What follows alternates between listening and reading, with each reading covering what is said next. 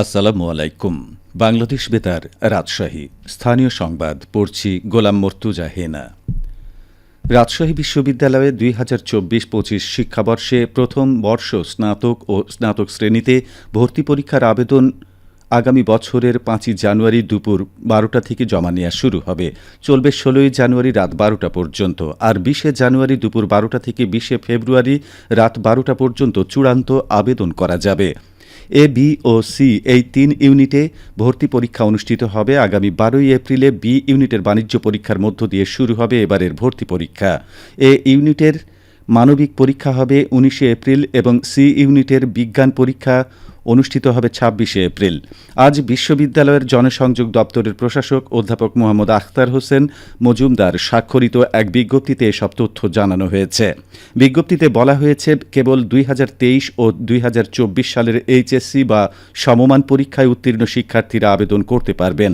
মানবিক শাখা থেকে উত্তীর্ণ আবেদনকারীদের এসএসসি সমমান ও এইচএসসি সমমান উভয় পরীক্ষায় চতুর্থ বিষয়সহ ন্যূনতম জিপিএ ৩ সহ মোট জিপিএ ৭ পেতে হবে।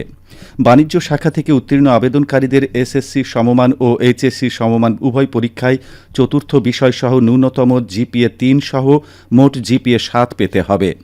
বিজ্ঞান শাখা থেকে উত্তীর্ণ আবেদনকারীদের এসএসসি সমমান ও এইচএসসি সমমান উভয় পরীক্ষায় চতুর্থ বিষয়সহ ন্যূনতম জিপিএ ৩.৫০ সহ মোট জিপিএ ৮ পেতে হবে। প্রাথমিক আবেদন ফি ৫৫ টাকা, চূড়ান্ত আবেদন ফি বি ইউনিটের জন্য ১১০০ টাকা এবং এ ইউনিট ও সি ইউনিটের চূড়ান্ত আবেদন ফি ১৩২০ টাকা।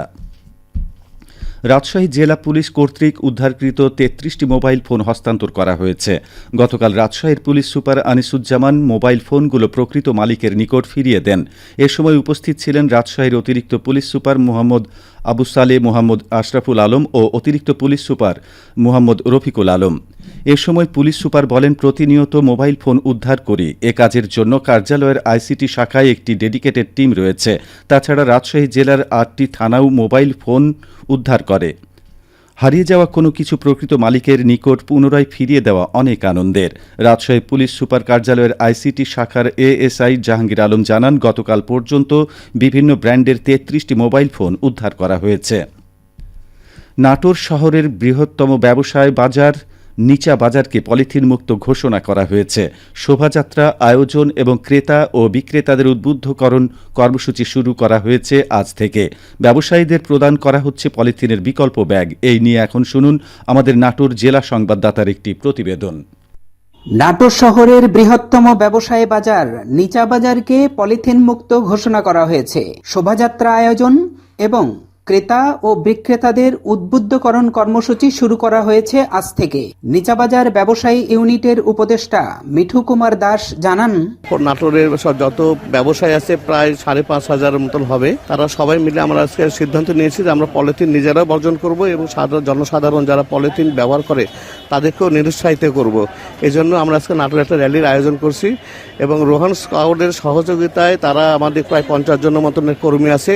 আমরা এখানে ৫,০০০ ব্যাগ আমরা পলিথিন যারা ব্যবহার করে বাজার থেকে বাসায় ফিরে যাচ্ছেন তাদেরকে নিরুৎসাহিত করার জন্য ওই ব্যাগগুলো আমরা এখানে প্রদান করব। এই উদ্যোগ সম্পর্কে পরিবেশ অধিদপ্তর নাটোর জেলা কার্যালয়ের সহকারী পরিচালক রফিকুল ইসলাম বলেন, নাটোর সদর উপজেলার নিচাবাজার ব্যবসায়ী মালিক সমিতি নিজ উদ্যোগে পলিথিন মুক্ত বাজার ঘোষণা একটা সত্যই প্রশংসনীয় দাবিদার।